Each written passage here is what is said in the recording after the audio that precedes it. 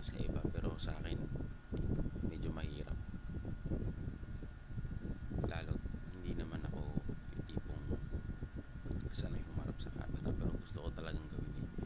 Gusto kong umpisahan, gusto kong gawin, gusto kong may magawa ako pagka. Kasi um, hindi na sobrang uh, uncommon kumbaga yung pag-vlog ngayon. Marami nang nagba-vlogging. So, napansin ko or naisip ko lang siguro, maaaring naisip na rin to ng iba na as time goes by, magiging normal na sa tao yung pag-vlog. So, kung paanong sa iba, siguro sabihin na natin, gawin natin halimbawa na yung pagsi-cellphone. Dati, iilan lang yung nagsi-cellphone, ganyan. Iilan yung may mga kakayahan lang bumili. Ganyan.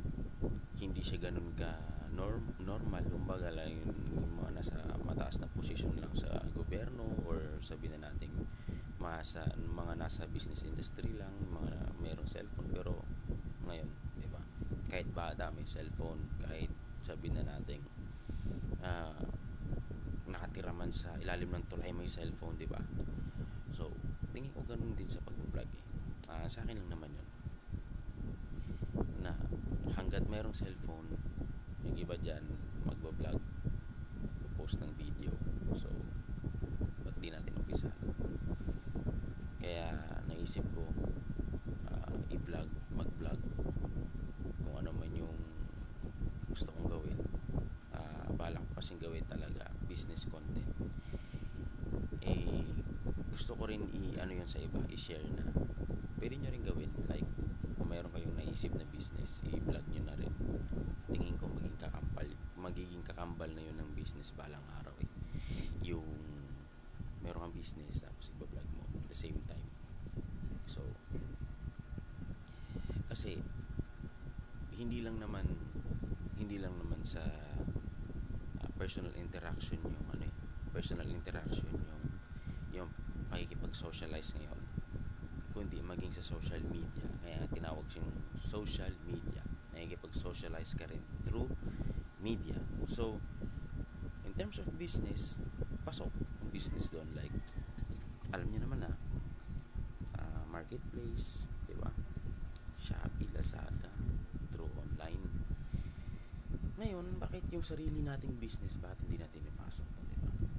So, yun sa akin, ibablog ko yung business na ginagawa ko. Actually, meron akong ginagawang business. Inumpisahan ko siya lately.